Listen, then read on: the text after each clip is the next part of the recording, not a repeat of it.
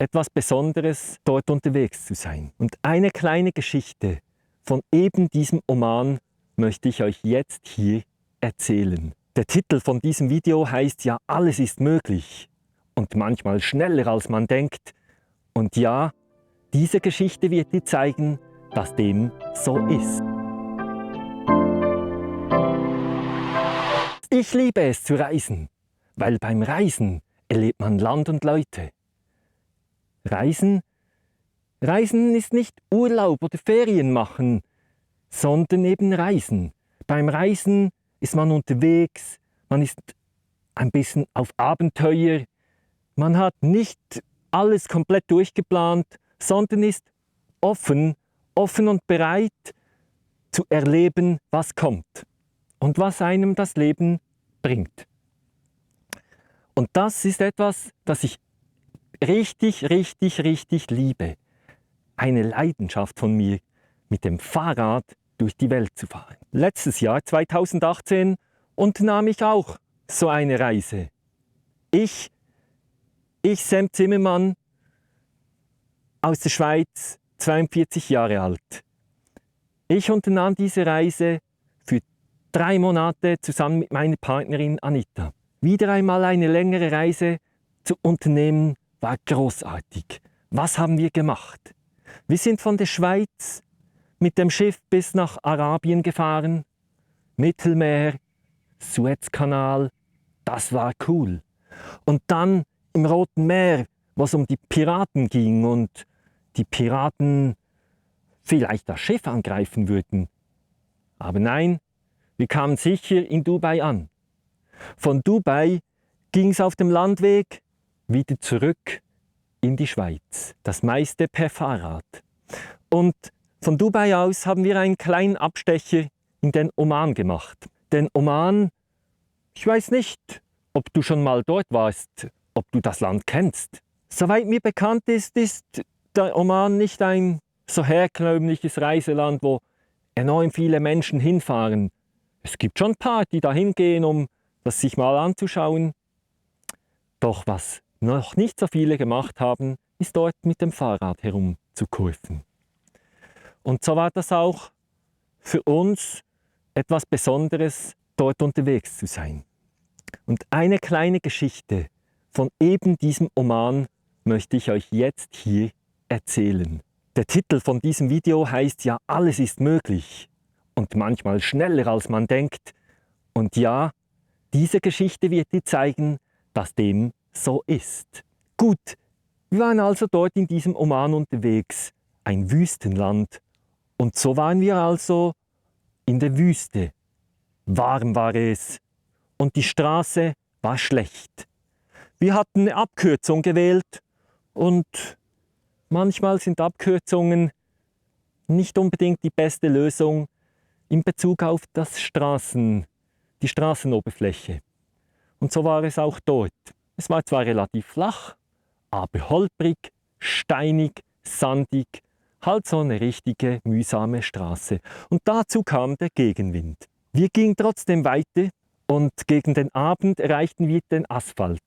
Das sind dann so Momente, wo man sich durchaus vom Fahrrad runter bemüht, um vielleicht wie der Papst den Boden zu küssen.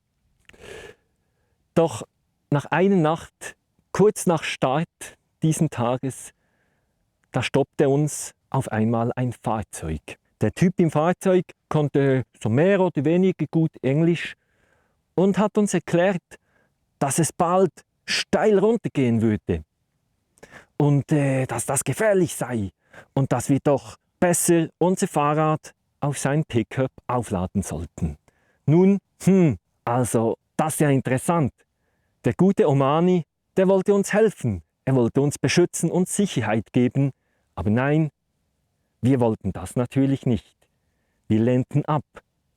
Er hat ja nicht gewusst, dass wir noch am Tag zuvor mit der schmutzigen Straße, dem Staub und dem Gegenwind kämpften und nun eine Abfahrt, wie steil sie dann auch immer sein mag, uns gar nicht unbedingt stört. Hier ein Bild von diesem Omani, wo uns gestoppt hat. Und ein paar Meter weiter, da kam dann auch ein Schild, wo uns gezeigt hat, dass die Straße nun dann runtergeht. Im Grunde genommen musste sie ja runtergehen, weil unsere Karte uns das auch schon angezeigt hat, weil unten nachher das Meer sein soll. Wir waren zwar auf einer Hochebene unterwegs im Süden des Omans. Nun gut, wir genossen diese Abfahrt und verstanden eigentlich immer noch nicht, weshalb uns dieser junge Mann da mitnehmen wollte. Im nächsten Ort fand er uns jedoch wieder. Es war so gegen Mittag und ja, wir waren unterwegs, um was zum Essen zu finden, ein kleines Restaurant oder sowas. Und dann stoppte uns der gleiche Mann wieder, der uns schon oben am Berg mitnehmen wollte. Und er sagte, so, jetzt ist Schluss und jetzt kommt ihr mit mir in mein Haus. Wir waren ja offen, um Dinge zu erleben und so gingen wir mit ihm mit, obwohl wir ihn nicht kannten. Gut, wir kannten ihn ja schon, wir haben ihn ja schon mal getroffen. Also von daher können wir eigentlich sagen, wir kannten ihn und daher waren wir sicher, dass uns da nicht wirklich was passieren würde.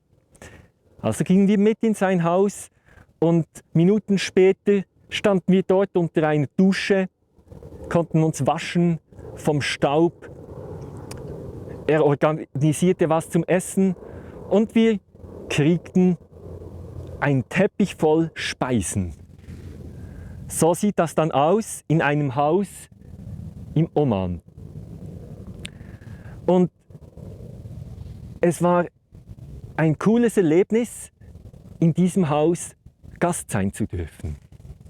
Wir hatten immer noch die Idee weiterzugehen und ja, den Tag noch zu nutzen, weil wir wollten ja Fahrrad fahren und am Ende an einem Ort ankommen.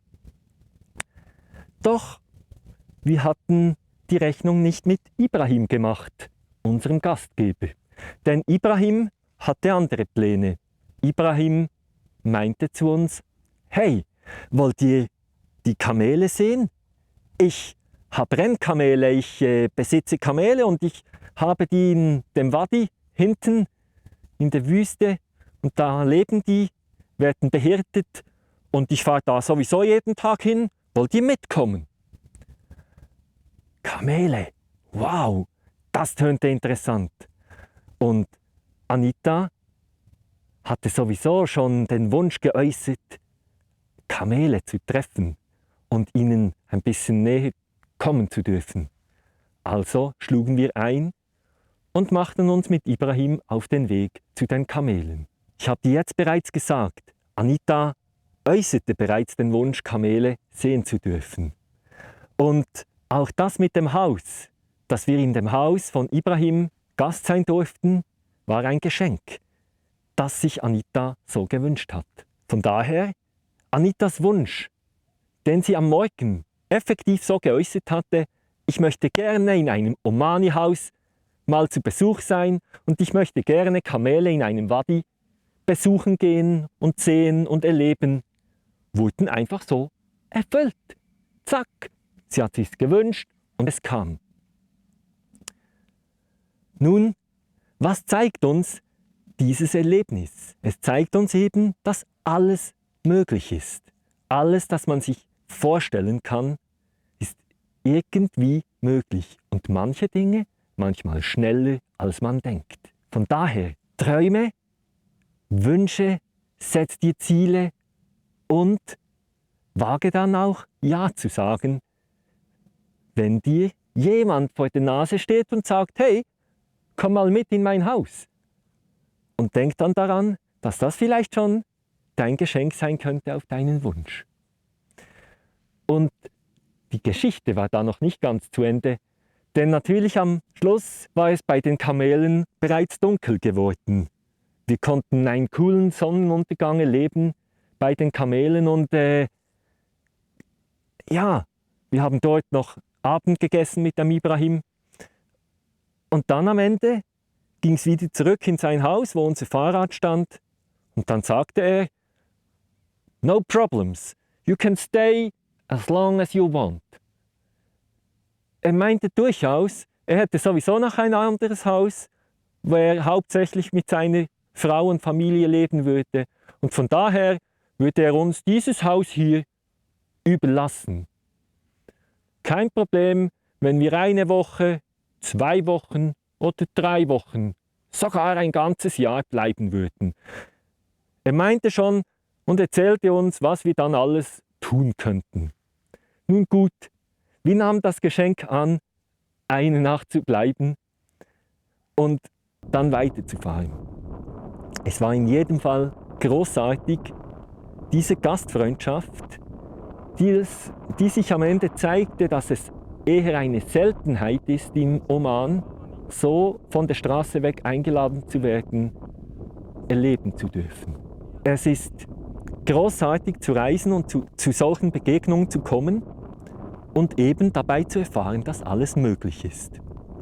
Und daher probier es aus für dich selbst, vielleicht mal auf einer Reise, auf der Reise deines Lebens Dinge zuzulassen, die du dir vielleicht bis jetzt so noch nicht erlaubt hast. Hey, falls du mehr solche spannenden Geschichten für dich erfahren möchtest, dann lass ein Abo da. Falls du Fragen zu dieser Reise hast, hinterlass sie gerne in den Kommentaren. Und sonst bleibt mir nur noch übrig, mich zu verabschieden. Hab's gut und genieße dein Leben. Ciao.